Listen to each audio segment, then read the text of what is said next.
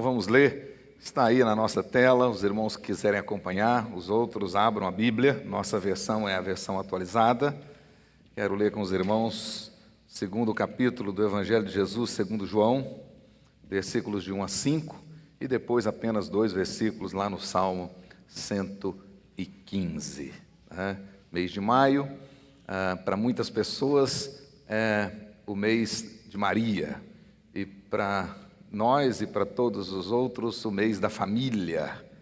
Mas eu quero usar hoje um exemplo de Maria para falar a respeito da família. Até mesmo porque a Bíblia diz que Maria seria bem-aventurada por todas as gerações, né? E independente de questões teológicas, nós temos um profundo respeito por Maria, a mãe de Jesus. De maneiras que nós vamos aprender com ela hoje lições importantes para o nosso relacionamento familiar. Hoje eu quero tratar com os irmãos a respeito de uma família harmoniosa e feliz, mesmo em tempo de pandemia. Ok? Diz assim a palavra de Deus: 3 dias depois, houve um casamento em Caná da Galileia, achando-se ali a mãe de Jesus. Jesus também foi convidado com seus discípulos para o casamento. Tendo acabado o vinho, a mãe de Jesus lhe disse: eles não têm mais vinho. Mas Jesus lhe disse: mulher, que tenho contigo?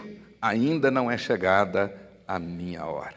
Então ela falou aos serventes: fazei tudo que ele vos disser. Vamos ler todos juntos essa última parte? Fazei tudo que ele vos disser. Novamente, fazei tudo que ele vos disser. Salmo 115, verso 14 e 15 diz assim: o Senhor vos aumente bênçãos mais e mais, sobre vós e sobre vossos filhos. Sede benditos do Senhor, que fez os céus e a terra. Oremos ao nosso Deus. Pai querido, em nome de Jesus, obrigado por tudo que o Senhor tem nos dado. Agradecemos-te a vida, agradecemos-te, ó Deus, o privilégio de estarmos na casa do Senhor novamente. Agradecemos-te, ó Deus, a grande bênção de poder abrir a palavra e receber do Senhor as lições que o Senhor já preparou na eternidade para cada um de nós. Permita também, ó Deus, que ao sairmos daqui hoje, saiamos transbordando de alegria, saiamos conscientes da Tua palavra, mais animados, mais encorajados, com mais comunhão com o Senhor e dispostos, ó Deus, a lutar por nossa família, mesmo nesse tempo adverso. Ó Deus querido, em nome de Jesus, faça bater em retirada tudo aquilo que tem causado desarmonia nas famílias. Haja com Teu Espírito Santo poderoso na vida de cada família, Senhor, convertendo o coração dos pais aos filhos, dos filhos aos pais e permitindo que haja harmonia, que as famílias da aliança sejam harmoniosas e felizes e desfrutam das bênçãos do Senhor que fez os céus e a terra. Ajuda-nos, ó Deus, ajuda-nos, ó Pai, faça bater em retirada tudo aquilo que tem sido empecilho nas famílias, tudo aquilo que tem gerado aborrecimentos, desgosto, que tem gerado tristeza, revolta, mágoa, rancores, em o nome de Jesus, haja dessa forma, para a honra e glória do nome santo do Senhor. E agora, nesse instante, dá-nos, ó Deus, a quietude necessária, dá-nos, ó Deus, a reverência necessária, para recebermos a instrução do Espírito Santo do Senhor, o mesmo que inspirou esta palavra, esteja agora iluminando nosso coração e mente, para a honra e glória do Senhor, em o nome de Jesus. Amém. Glória a Deus. Meus queridos irmãos, então eu quero tratar com os irmãos nessa noite, no nosso último domingo do mês de maio, a respeito de uma família harmoniosa, de uma família feliz, de uma família conforme o plano eterno de Deus. É exatamente isso que nós queremos. Eu tenho certeza que todos aqui querem harmonia e felicidade na sua casa. E não tem nada de errado em relação a isso. Até mesmo porque a bênção do Senhor é bem clara. Deus abençoando a nossa casa, os nossos filhos. Deus que criou os céus e a terra. Antes, porém, como hoje é o último domingo, nós precisamos recordar algumas lições que não podem sair da nossa mente, não podem sair do nosso coração. A família da aliança precisa ter sempre em mente essas verdades e não abrir mão delas em hipótese alguma, porque nós estamos vivendo épocas muito difíceis, onde de fato a família tem sido a entidade mais vilipendiada, mais perseguida, de todas as formas. Hoje, no Congresso Nacional, tem mais de 850 projetos que, de uma forma ou de outra, ferem a família. Muitos deles ferem a família de morte. Se forem aprovados, nós teremos problemas sérios com a família tradicional, com a família segundo o projeto eterno de Deus. Por isso é que nós, os cristãos verdadeiros, precisamos nos firmar cada vez mais na palavra de Deus, conhecer a vontade de Deus para a família e não abrir mão dessa bênção maravilhosa chamada família. Primeira lição que eu tenho deixado bem claro ao longo desse mês é que a família é plano de Deus e é presente dele para nós. E por isso nós devemos honrar, amar e priorizar a família. Não podemos, em hipótese alguma, descuidar de algo tão importante, tão prioritário quanto a família. Às vezes, muitas pessoas, no afã de ganhar dinheiro, disso ou daquilo outro, etc., esquecem da família. A família fica em segundo plano. Isso é um risco terrível. Isso é, de fato, o caminho para o suicídio, com certeza. Segunda lição: o nosso Deus é o Deus da família. Em Cristo Jesus nós somos a família de Deus. Conforme a Bíblia diz, a família da aliança. Observe que no Salmo 115 que nós acabamos de ler, Senhor lá aparece com letras garrafais, com letras maiúsculas. E um princípio que nós sabemos que quando a sociedade traduz a palavra Iavé, ela traduz com letras maiúsculas, para dizer que ali é Iavé, o Deus da aliança. Portanto, a família faz parte da aliança de Deus. Deus tem uma aliança com a família. Por isso é que Ele prometeu abençoar-nos. E a base desta aliança, nós temos aprendido aqui ao longo desse mês, ela se encontra no caráter de Deus. A base da aliança está no caráter de Deus, que é perfeito, que é justo, que é fiel, que é verdadeiro, que é reto. Por isso você pode confiar, você pode confiar, você pode confiar. E nós aprendemos também que a essência da aliança é Deus dizendo: eu serei o vosso Deus e vós sereis o meu povo. Eu estarei convosco, não deixarei, não vos abandonarei. Esta é a essência da aliança, a essência da aliança. Guarda isso no seu coração. Deus dizendo que andaria conosco, que seria o nosso Deus e que nós seríamos o seu povo. Levítico 26, versículo 12. Ou seja, unilateralmente, Deus assume um compromisso de estar conosco sempre, de nos guardar sempre e nunca nos desamparará. Nunca. A Bíblia usa até uma figura de linguagem dizendo que a mãe pode até esquecer do bebê, da criança que ela traz ao peito, mas Deus não esquecerá de nós. Deus não nos abandonará. Então estamos passando um tempo terrível, um tempo de pandemia, de muitas lutas, pessoas doentes, morrendo, pessoas com crises enormes, problemas de depressão, problemas emocionais e tantos outros, crises financeiras. Mas nós não podemos esquecer, Deus não nos abandona. Deus não nos abandona. Então, a essência da aliança é exatamente essa. Terceira lição que nós aprendemos aqui ao longo desse mês é que, de fato, Deus cura, Deus restaura a nossa família. Contudo, mantê-la saudável é tarefa nossa e exige alguns compromissos inegociáveis. Primeiro deles, renúncia, obediência e investimento. Então, observe bem, Deus, de fato, é o Deus da aliança, é o Deus da família, é o Deus que abençoa a família. Mas Ele não abençoa a família de preguiçosos. Não. Ele não abençoa a família onde o sacerdote daquele lar não quer pagar o preço do seu sacerdócio. Deus não abençoa a família onde as pessoas não querem viver debaixo da sua palavra em obediência. Absolutamente não.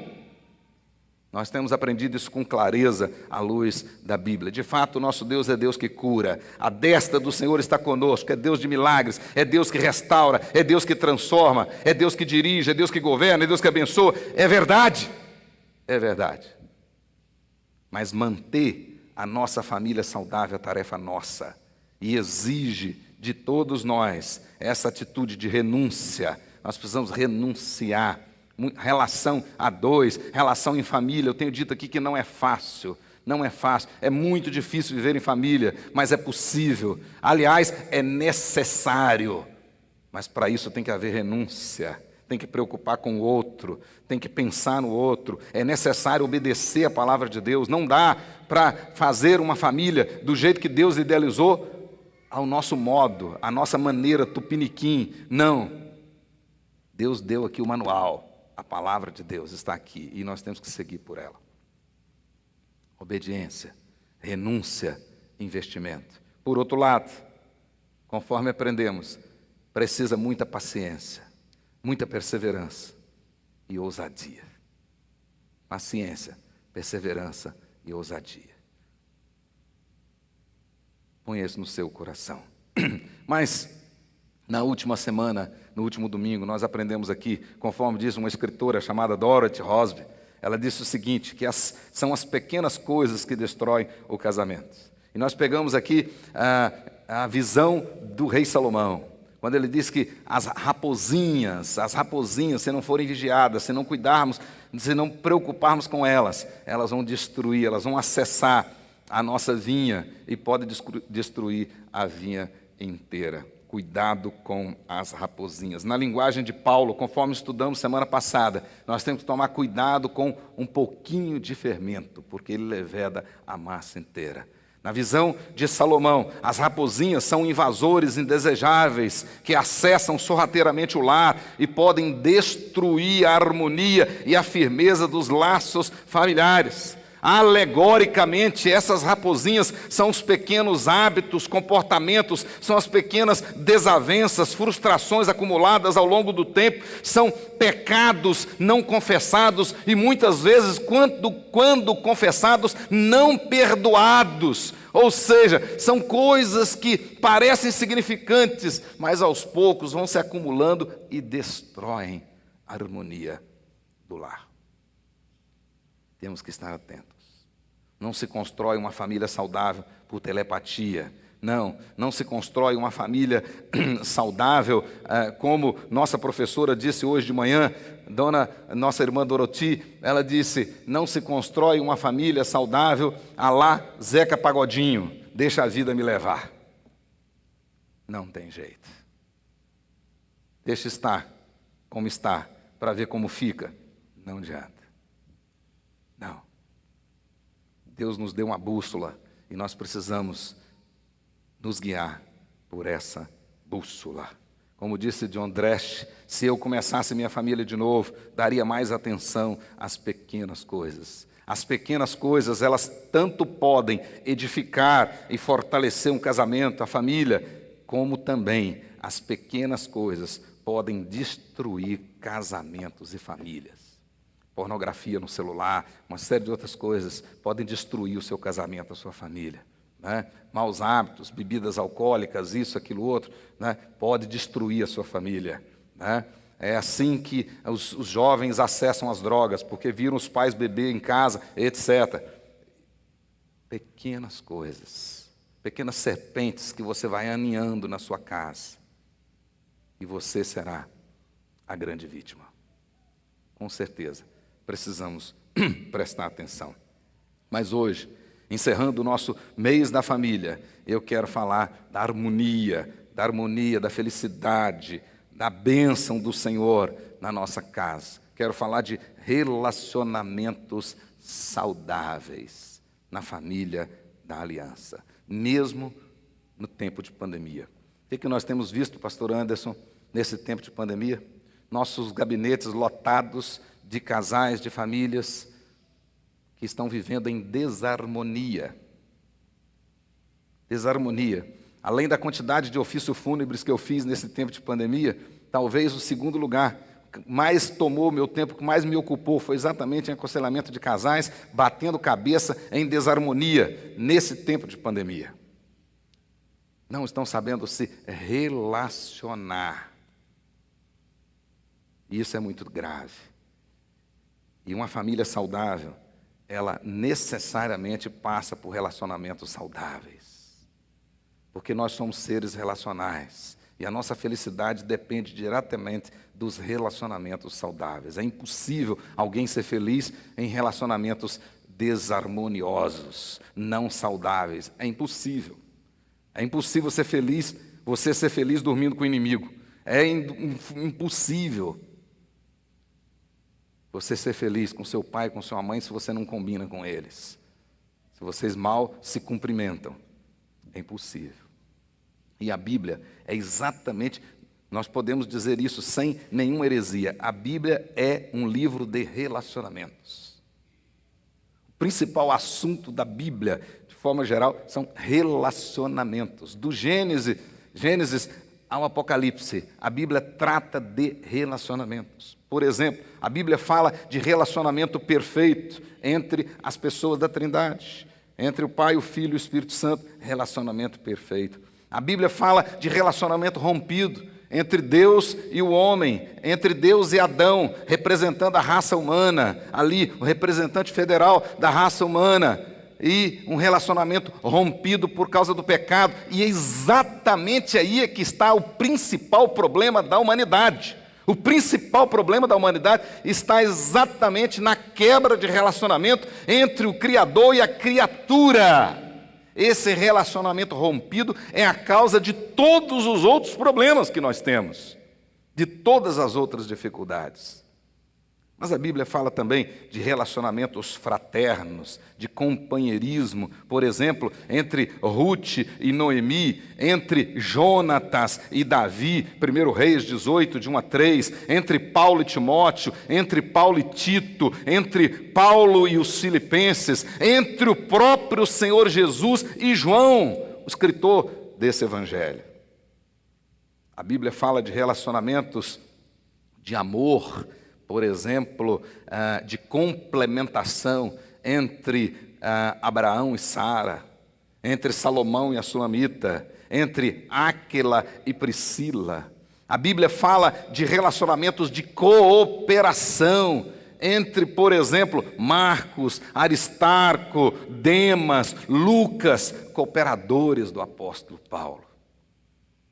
A Bíblia fala de relacionamentos conturbados, complexos, por exemplo, no seio da família do patriarca Jacó e no seio da família do rei Davi.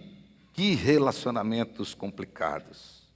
A Bíblia fala de relacionamentos infiéis, por exemplo, entre Jezabel e rei Acabe, entre Gomer e o profeta Oséias. A Bíblia fala de relacionamentos pecaminosos e fala também de relacionamentos que compactuam com o pecado.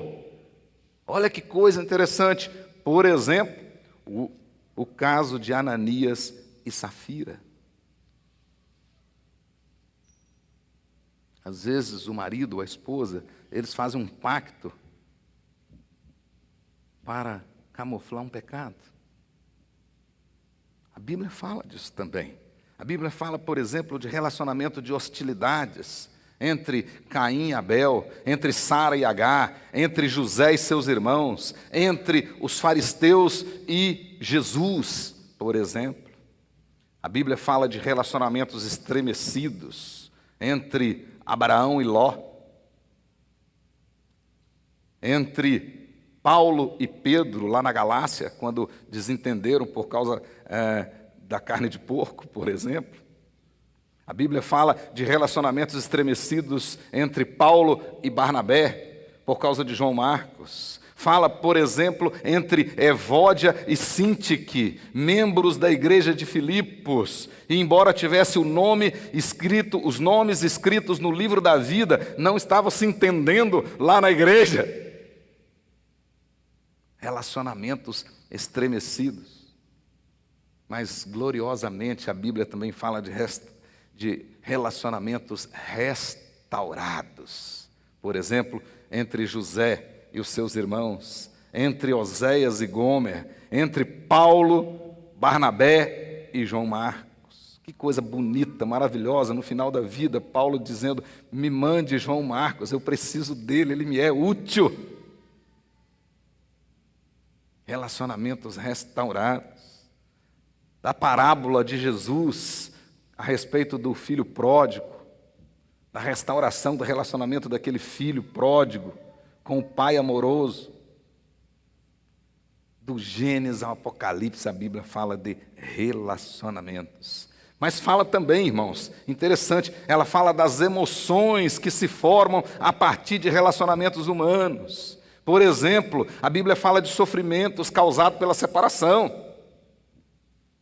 Não esconde isso. A Bíblia fala, por exemplo, de sofrimentos causados por causa da morte, por causa do luto. Fala do sabor amargo do remorso. Quantas pessoas, por causa de relacionamentos traumáticos, e carregam agora esse remorso. A Bíblia fala dessa emoção terrível, dessa mágoa, dessa angústia no coração, desse rancor.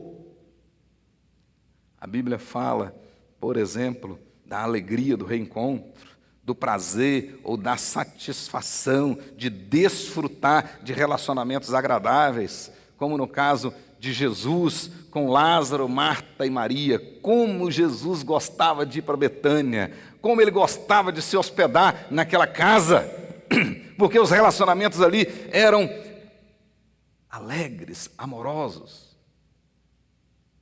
A Bíblia fala disso. Na realidade, a lista é longa. A Bíblia fala de todos os tipos de relacionamentos e emoções humanos. Verdadeiramente, a Bíblia é a revelação especial de Deus. Ou seja, é Deus se dando a revelar à criatura para que a criatura pudesse ter um relacionamento adequado com Ele. Na realidade, quando nós estudamos, por exemplo, o Catecismo de Westminster, diz lá que a Bíblia é a revelação de Deus. Por meio da Bíblia, Deus se faz conhecer. E para quê? Para que nós pudéssemos conhecer a maneira correta de adorá-lo, a maneira correta de se relacionar com Ele. Então, a maneira correta de relacionar com Deus não é aquilo que você acha. Ele já disse como tem que ser. A maneira de adorar a Deus verdadeiramente não é do jeito que você gosta disso, eu gosto daquilo, não. Ele disse o jeito que Ele quer e o jeito que Ele gosta. E Ele faz isso pela Bíblia, através da Bíblia. Na realidade, nós podemos dizer que o ministério de Jesus, Ele veio para buscar o perdido. Não é isso que a Bíblia diz? Ele mesmo disse que veio buscar o perdido. Para quê? Para se relacionar com Deus. 100% do ministério de Jesus foi relacionamentos. Nós podemos ver Jesus pregando, Jesus ensinando, Jesus curando, Jesus agindo, Jesus reagindo, Jesus alegre, Jesus chorando, Jesus cansado, Jesus com sono, Jesus com fome, Jesus comovido, Jesus sensível, Jesus tocando, sendo tocado.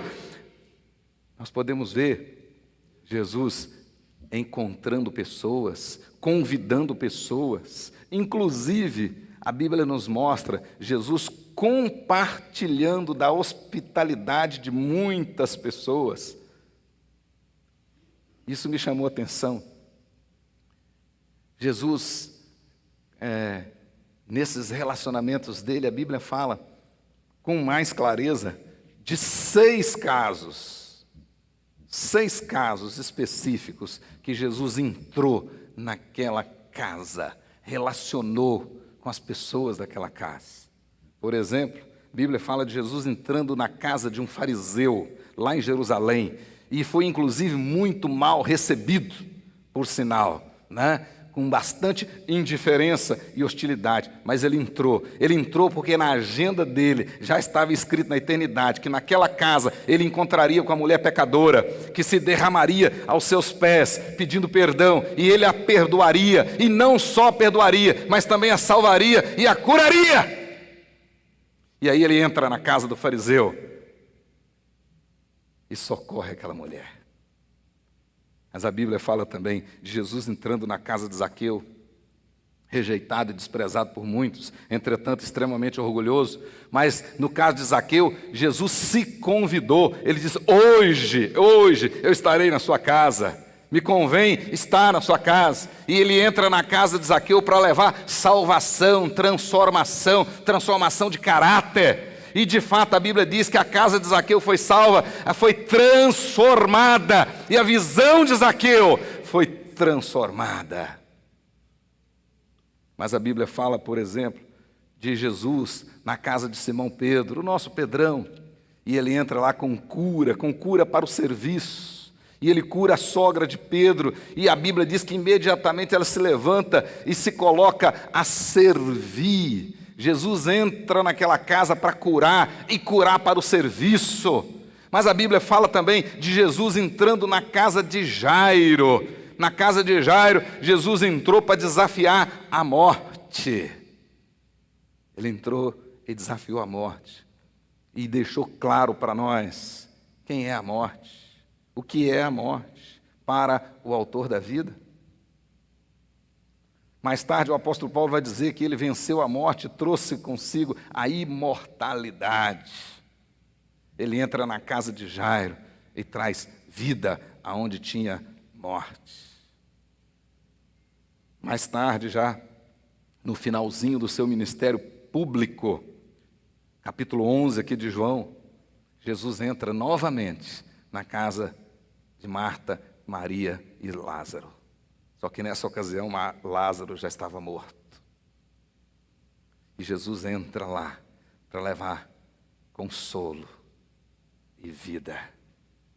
E ele diz para as duas, em momentos diferentes: se creres, verá a glória de Deus. E ele entrou naquela casa e levou a glória de Deus. E aquela casa foi abençoada com a glória de Deus. Mas tem uma outra experiência muito interessante, já agora ressurreto. Diz claro para nós que Jesus continua entrando nas casas. Depois de ressuscitado, ele caminha com os discípulos rumo a Imaús. E ele entra na casa daquele discípulo e participa da janta com eles. E qual foi o objetivo? Abrir os olhos daqueles discípulos, para que eles pudessem reconhecer que Jesus ressuscitou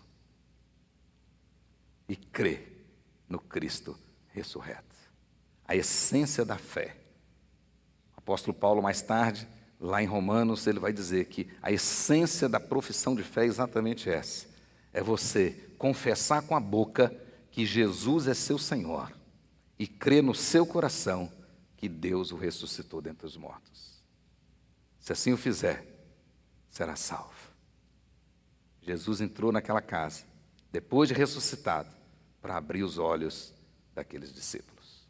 O Evangelho de João, esse Evangelho de Jesus segundo João, na realidade, é um livro de relacionamentos. Propositalmente, o Espírito Santo colocou no coração de João, e ele escolheu exatamente 5 encontros e 7 milagres,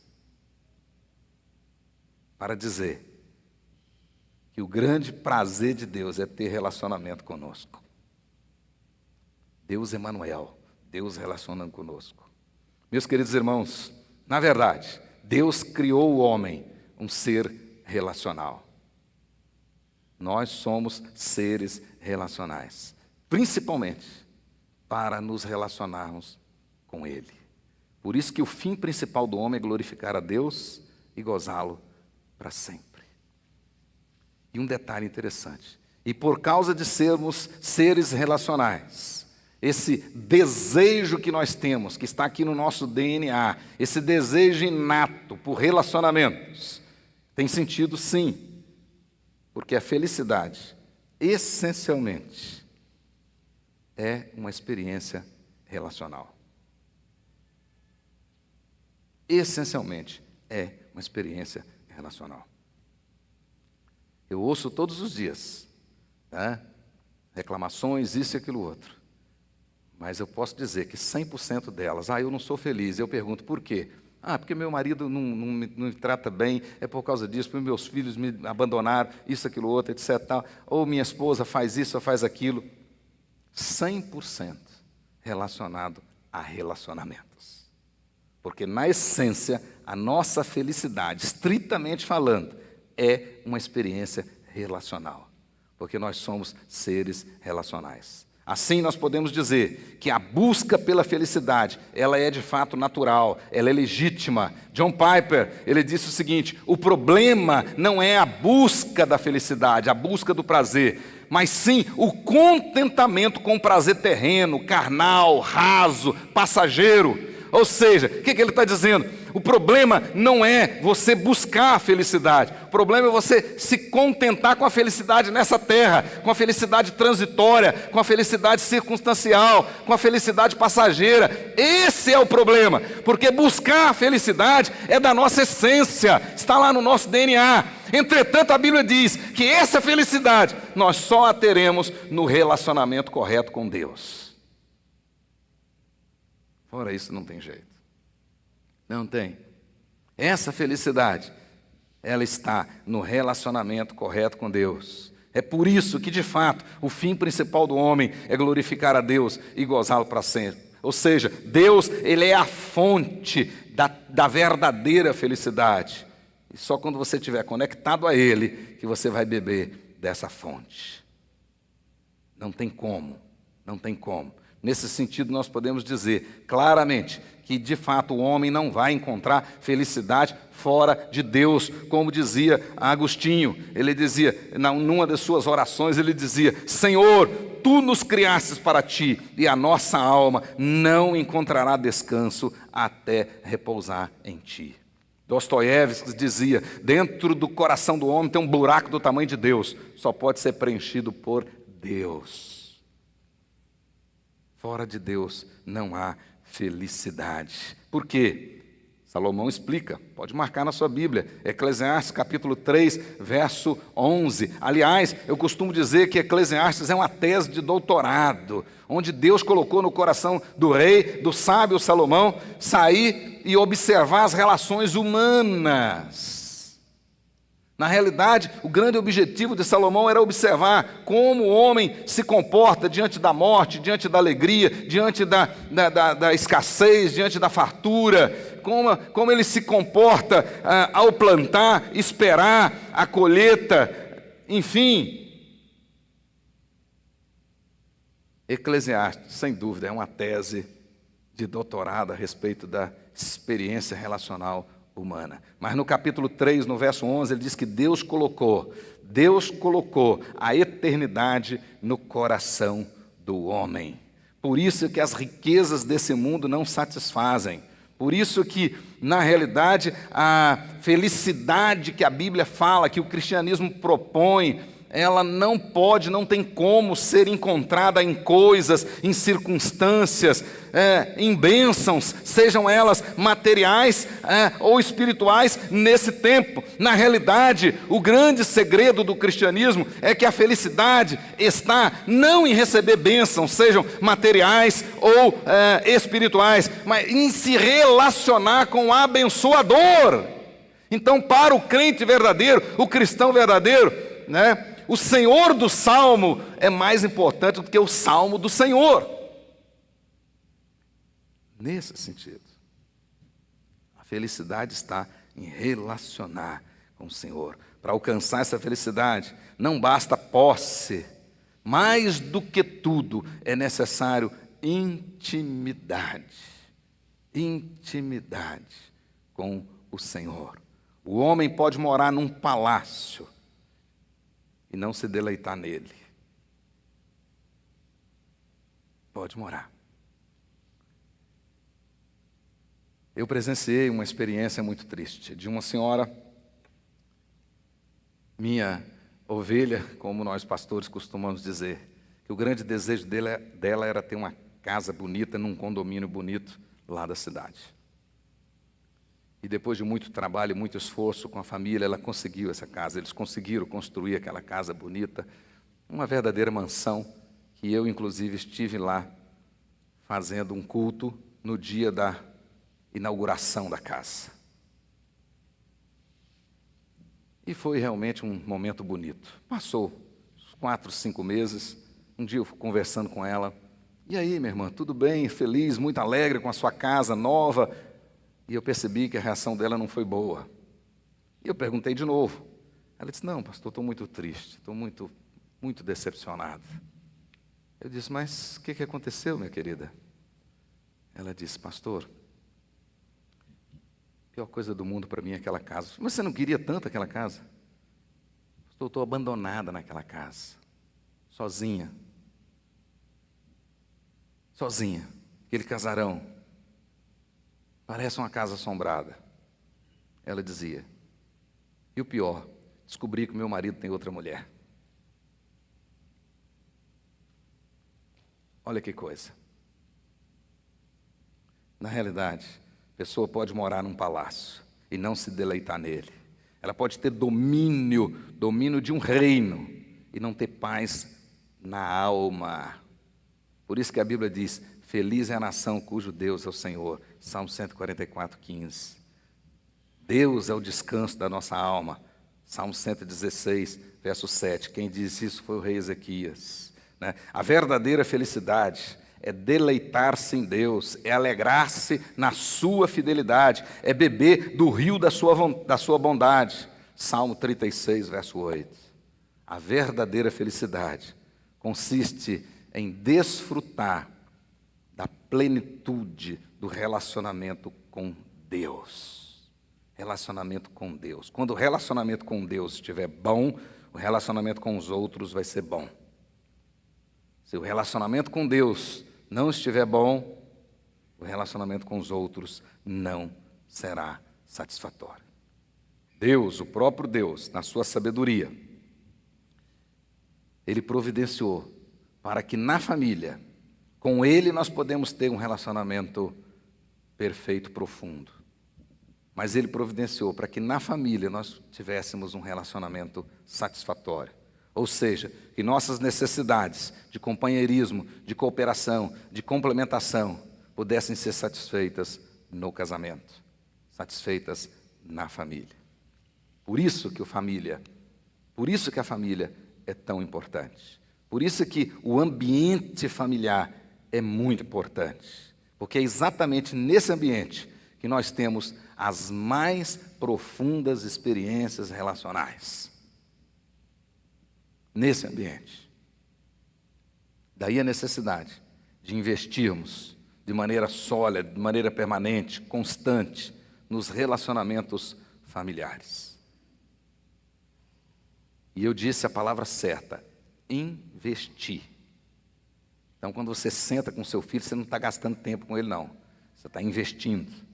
Quando você senta com a sua esposa, quando você ajoelha com ela, quando você tira tempo para conversar, você não está perdendo tempo, não.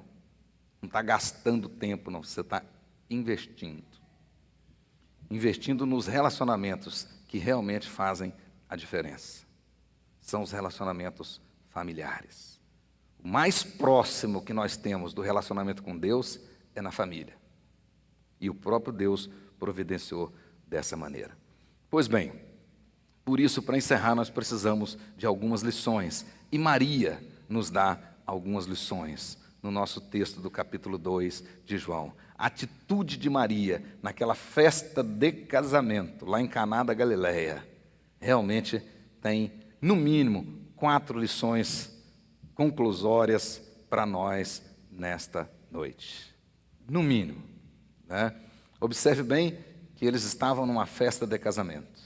Jesus realizou ali o primeiro milagre. Então, efetivamente, o ministério de Jesus, ele começa ali, ele se dá a conhecer como Deus, porque aquele milagre só Deus pode fazer.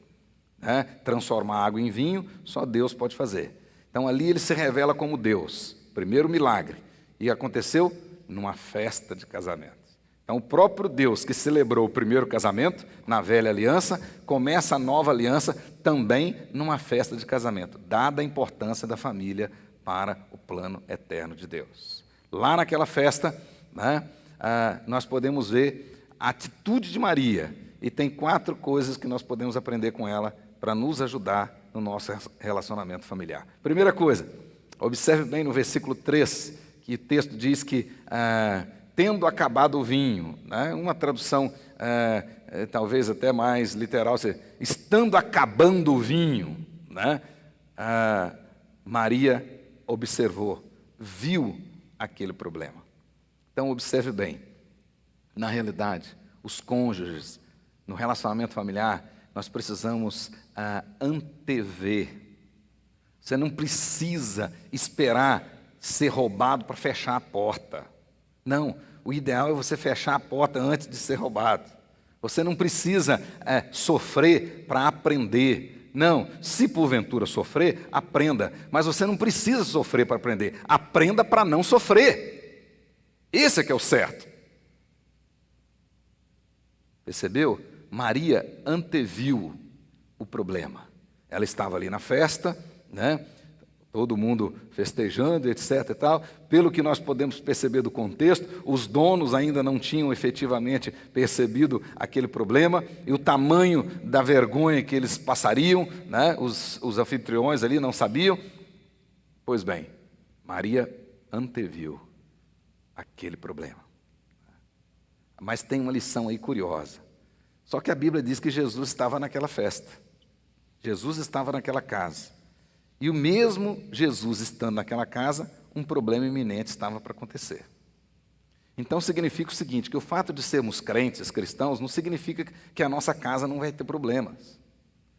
O fato de Jesus estar na nossa casa não significa que nós não vamos ter problemas. Vamos ter sim, vamos passar por lutas, dificuldades. Mas com certeza, com Cristo no barco, tudo vai bem, como as crianças cantam. Então, a Maria percebeu que um problema grande estava para acontecer. Anteviu. Então não espere uma doença chegar na sua casa para você vir orar de madrugada com os homens. Não espere sua mulher te abandonar ou seu marido te abandonar para você vir orar. Não espere o telhado da sua casa cair na sua cabeça para você acordar. Anteveja, invista na sua família.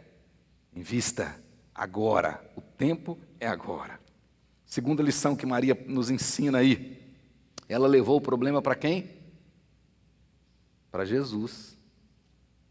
Então, ao invés de você falar para a torcida do Corinthians a respeito do problema que tem na sua casa, né,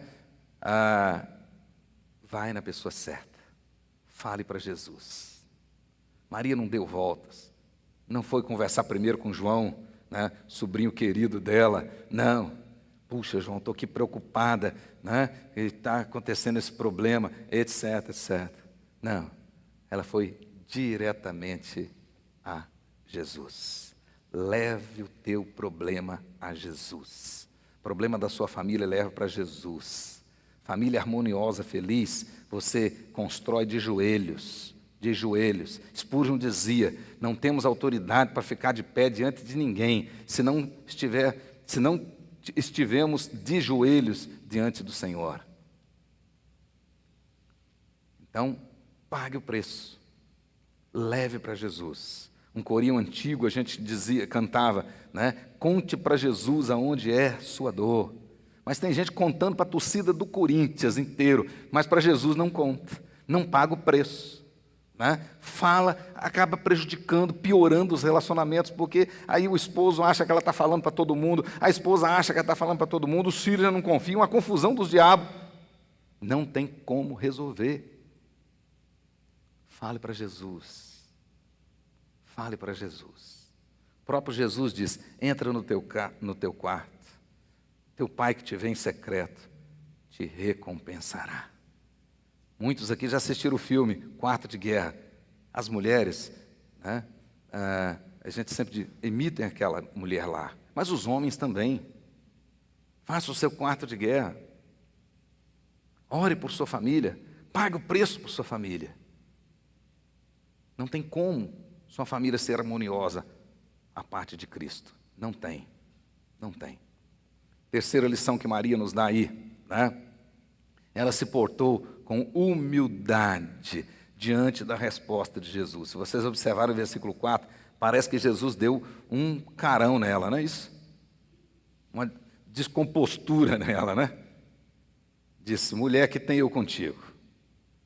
Em outras palavras, quem é que te constituiu intercessora entre os homens e Deus? Parece assim que Jesus foi áspero com Maria. Mas Maria não se deixou vencer. Não. Humildemente ela recebeu as palavras de Jesus e esperou o momento certo. Muitas famílias não recebem a bênção porque não sabem se comportar com humildade. Acha que Deus tem a obrigação de abençoá-las. Não sabe esperar o tempo de Deus. Pensam que a igreja ou Deus é um restaurante self-service. Você vem aqui, pega o que quer e monta o seu prato e está bom. Não. Deus tem um tempo para agir e só age no tempo certo. Jesus disse, ainda não é chegada a minha hora. Mas Maria não se deixou abater, não se aborreceu, humildemente. Ela sai da presença de Jesus e temos aí a quarta lição. Ela se comporta com fé. Ao invés dela desistir, ela vai lá para os serventes e disse o seguinte para eles, olha, a favor, tudo que ele mandar vocês fazerem, vocês façam. Fazei tudo que ele vos disser. Fé. Fé. Não tem segredo, irmãos. Humildade com fé resolve qualquer problema. Humildade com fé, o diabo bate em retirada. Humildade com fé edifica a família. Maria demonstrou fé. Chegou para os serventes e disse, faça tudo o que ele vos disser. Tudo o que ele vos disser. Então, o que vai resolver o problema da sua casa não é o que Paulo Coelho disse, né? O que as revistas do momento dizem. Não. É o que Jesus disse. É isso que vai resolver o problema da sua casa. O que Jesus disse. Feche os seus olhos, abra o seu coração. Invista na família. Investir na família é investir em si mesmo. Construir um sucesso sobre os escombros da família é loucura. É loucura. A vitória sem a valorização da família tem sabor amargo. Amargo. Quando a família vai bem, a igreja vai bem, a sociedade vai bem. Como o diabo não quer que nem a igreja e nem a sociedade estejam bem, ele está investindo pesado contra a família. Mas não deixe o diabo ter vitórias na sua casa. Não deixe. Anteveja o problema. Leve o problema para Jesus. Continue humilde e siga com fé. Deus agirá na sua casa.